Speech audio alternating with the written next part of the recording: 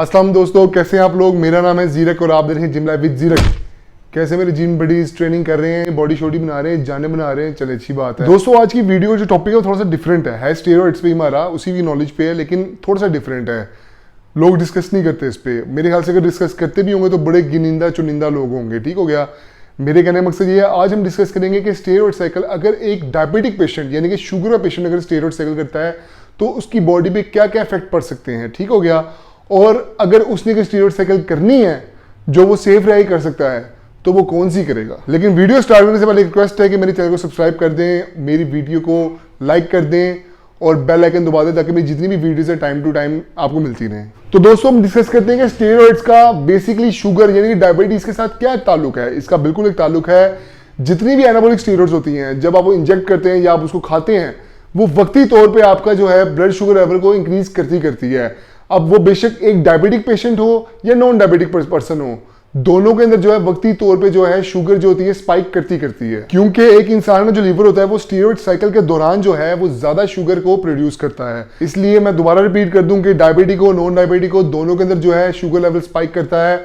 अब जो non diabetic person है उसमें जो है नई शुगर होने का जो चांसेस है वो बहुत कम होते हैं। लेकिन अब जाहिर बात है जो पर्सन ऑलरेडी जो है डायबिटीज का पेशेंट है उसके लिए जो है ब्लड शुगर के लेवल का इंक्रीज होना कितना खतरनाक हो सकता है इसका अंदाजा आपको है। तो इसलिए मेरी नजर में डायबिटिक पेशेंट है उसको स्टेरॉइड साइकिल से दूर ही रहना चाहिए और अगर करनी है तो बड़ी ही किसी सुपरविजन के अंदर करनी चाहिए। तो अब सवाल आ जाता है कि जो डायबिटीज के पेशेंट हमने जो देखे हैं भाई वो फलाना बंदा है, फलाना बॉडी बिल्डर है, वो डायबिटीज का पेशेंट है, वो स्टेरॉइड साइकिल करता है। तो भैया स्टेरॉइड साइकिल जो होती है वो वैसी प्रोहिबिटेड है, वो वैसी नहीं करनी चाहिए। वो नॉन डायबिटिक पर्सन हो, एक दिल का मरीज हो, कोई भी हो, वो किसी के लिए भी नुकसानदेह उतनी ही है।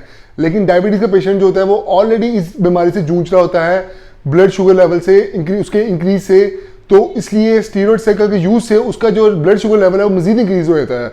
मतलब उसके लिए ये डबल खतरनाक है। एक डायबिटिक पेशेंट के लिए सबसे खतरनाक स्टेरॉइड साइकिल होती है वो होती है एजीएच की। एजीएच से आपने दूर रहना है। एजीएच जो है ह्यूमन ग्रोथ हार्मोन इतने खतरनाक होते हैं कि वो एक नॉर्मल बंदे को शुगर लगा दें तो सोचे एक शुगर जो बंदा जिस बंदे को ऑलरेडी शुगर है उसका खाना खराब करेगी। उसके अलावा डेक्सामेथासोन जो है ये बहुत ज्यादा खतरनाक होती है। ये एक कॉर्टिकोस्टेरॉइड है, इसमें मैंने पूरी वीडियो बनाई है। ये भी एक आम इंसान के लिए बहुत ज्यादा खतरनाक होती है। तो ये हो गई डायबिटीज पेशेंट के लिए डबल खतरनाक। और जो लास्ट स्टेरॉइड है वो है किंग। सब स्टेरॉइड से किंग, खतरनाक में भी होने में भी और उसके असरात में भी, यानी कि ट्रेन एसीटेट। ये भी एक डायबिटीज पेशेंट के लिए बहुत ज्यादा खतरनाक होती है। दूसरा सबसे बड़ा नुकसान है शुगर पेशेंट को वो है इंजेक्शन का। ठीक हो गया। जैसे कि आप लोगों को पता होगा जो शुगर का पेशेंट होता है यानी कि डायबिटिक पेशेंट होता है उसका इम्यून सिस्टम वैसे ही खाना खराब हुआ होता है। ठीक हो गया। तो उसके मसल की जो रिकवरी है, उसकी जो मांस की रिकवरी होती है वो बहुत ज्यादा स्लो और बहुत ज्यादा कम हो जाती है। और एक लंप, एक दाना, एक फोड़ा होता है जिसका नाम होता है लिपोहाइपरट्रोफी। ठीक हो गया। ये होता है आपकी स्किन के अंदर फैट के टिश्यूज होते हैं और ये तब बनते हैं जब आपको लगता है इंजेक्शन। ये जो होता है ये एक डायबिटिक पेशेंट के अंदर बहुत ज्यादा कॉमन होता है। और इन लम्स की जो बनने की वजह होती है वो होते हैं रिपीटेडली इंजेक्शन लगना, यानी कि ज्यादा बार बार इंजेक्शन लगने से ये लम्प जो होते हैं ये वजूद में आते हैं। एक आम इंसान के अंदर ये जो फोड़ा होता है, फिंसी होती है, ये तो बहुत जल्दी रिकवर हो जाती है। लेकिन एक डायबिटिक पेशेंट होता है जैसे उसका इम्यून सिस्टम बहुत ज्यादा वीक है, उसको इससे रिकवर होने में लग जाता है बहुत ज्यादा टाइम, इसलिए ये उसके लिए खतरनाक साबित हो सकते हैं। तो इसलिए हमें अपनी दूसरी बात का जवाब मिल गया कि इंजेक्शन भी खतरनाक है। तो अब भाई हमारे लिए बचा क्या है। एक शुगर पेशेंट अगर चाहता है अपने आप को जैक करना या बिल्ड करना तो वो कैसे सेफ वे में रह के अपने आप को बिल्ड कर सकता है। तो भाई इंजेक्शन भी उसके लिए खतरनाक है, शुगर लेवल भी इंक्रीज हो जाता है, लम्प्स भी बन सकते हैं। तो वो क्या करे तो क्या करे वो। तो दोस्तों अब आपकी बात का जवाब देता हूं मैं कि एक डायबिटिक पेशेंट जो है अगर वो अपने आप को जैक करना चाहता है, वो अपने आप को बिल्ड करना चाहता है तो उसके लिए सबसे सेफ स्टेरॉइड वही सेफ स्टेरॉइड है जो कि सबके लिए सेफ है। मतलब मेरे कहने का मकसद ये है एनावार जो है जो ओवरऑल मानी जाती है कि एक सबसे सेफेस्ट ओरल स्टेरॉइड एक डायबिटीज के पेशेंट के लिए भी बहुत ज्यादा बेस्ट और बहुत ज्यादा सेफ है, क्योंकि स्टडीज शो करती हैं कि जो एनावार होती है वो किसी हद तक आपके ब्लड शुगर लेवल को भी डिक्रीज कर देती है। और जैसे कि इंजेक्शन तो इसमें है नहीं, ओरल लेना है, तो इंजेक्शन के भी मामले से आपको मिल गई छुट्टी, वो टेंशन भी अभी खत्म होगी। इंजेक्शन आपको लगना नहीं है, आपने बाय माउथ लेना है इसको। ठीक हो गया। तो अब हम डिस्कस करते हैं कि एक डायबिटिक पेशेंट ने एनावार की साइकिल करनी कैसे है। एक स्टेरॉइड साइकिल जो एनावार की हम करेंगे एक डायबिटिक पेशेंट के अंदर वो हम सिर्फ करेंगे 6 वीक यानी कि 1.5 महीने के लिए। ठीक हो गया। 1.5 महीने के दौरान हमने कोई छुट्टी नहीं डालनी। 6 के 6 वीक हमने रेगुलरली गोली खानी है इसकी। हम कैसे इसकी स्टार्ट करेंगे साइकिल मैं आपको बताता हूं। जैसे कि आप चार्ट में देख सकते हैं कि आपकी साइकिल स्टार्ट हो जाएगी। आपकी पहला वीक होगा, पहले वीक का पहला डे होगा। आपने पहले दिन खानी है 10 mg एनावार। ठीक हो गया। 10 mg आप एनावार खाएंगे, आपकी साइकिल स्टार्ट हो जाएगी। फिर दूसरे दिन भी, तीसरे दिन, चौथे, पांचवें, छठे, सातवें दिन, पहले वीक के 7 दिन आपने खानी है 10 mg एनावार। ठीक हो गया।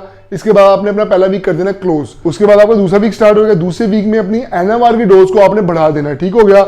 आप जो पिछले वीक में आप 10 mg ले रहे थे, आपने स्टार्ट कर देना 20 mg Monday, Tuesday, Wednesday, Thursday, Friday, Saturday, Sunday. 7 दिन आपने 20 mg पर डे खानी है, यानी कि पिछले वीक से आपने 10 mg ज्यादा इंक्रीज कर देनी है। और यही डोज 20 mg वाली डोज आपने दूसरे वीक से लेके 5वें वीक तक लेके जानी है, यानी कि दरमियान वाला जो 1 मंथ होगा आप 20 mg पर डे खाएंगे। उसके बाद आपके पहले 5 वीक हो जाएंगे खत्म, आपका छठा वीक स्टार्ट हो जाएगा। छठे वीक में आप क्या करेंगे, छठे वीक में दोबारा से अपनी डोज को डिक्लाइन की तरफ ले आएंगे, नीचे की तरफ ले आएंगे। आप दोबारा से स्टार्ट कर देंगे 10 mg पर डे, और आपने थ्रू आउट लास्ट पूरा वीक जो आपका छठा वीक होगा आपने 10 mg पर डे ही खानी है। और उसके बाद अपनी साइकिल को कर देना खत्म। साइकिल खत्म करने के बाद आप देंगे 3 दिन का गैप, और उसके बाद आप स्टार्ट कर देंगे अपनी पीसीटी यानी कि post cycle therapy. Post cycle therapy बहुत ज्यादा जरूरी है अपने हार्मोन्स को रिस्टोर करने के लिए। अगर आप नहीं जानते कि पीसीटी कैसे करते हैं, तो इसकी जो एनावार ओनली साइकिल की जो पीसीटी बड़ी नॉमिनल सी होगी। आपने इसकी पीसीटी जो है वो आपने सिर्फ करनी है क्लोमिड की, और साथ करनी है नॉर्वाडेक्स की। ठीक हो गया। इस वीडियो को जो लिंक है मैं डिस्क्रिप्शन बॉक्स में डाल देता हूँ पीसीटी की, वो आप जाके फॉलो कर लें। उसमें HCG भी ऐड है, लेकिन आपने HCG यूज नहीं करना।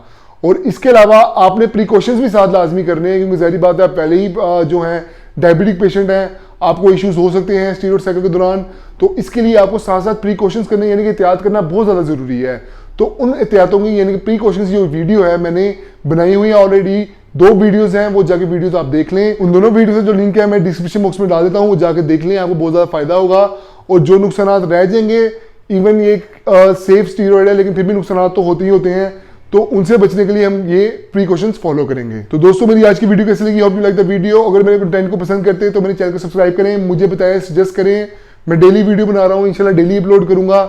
तो मुझे बताएं किस टॉपिक पे किस तरह की वीडियो चाह रहे हैं, मैं लाजमी बनाऊंगा और उसको फौरन अपलोड कर दूंगा। तो मिलते हैं नेक्स्ट वीडियो में अच्छे टॉपिक के साथ। अल्लाह हाफिज।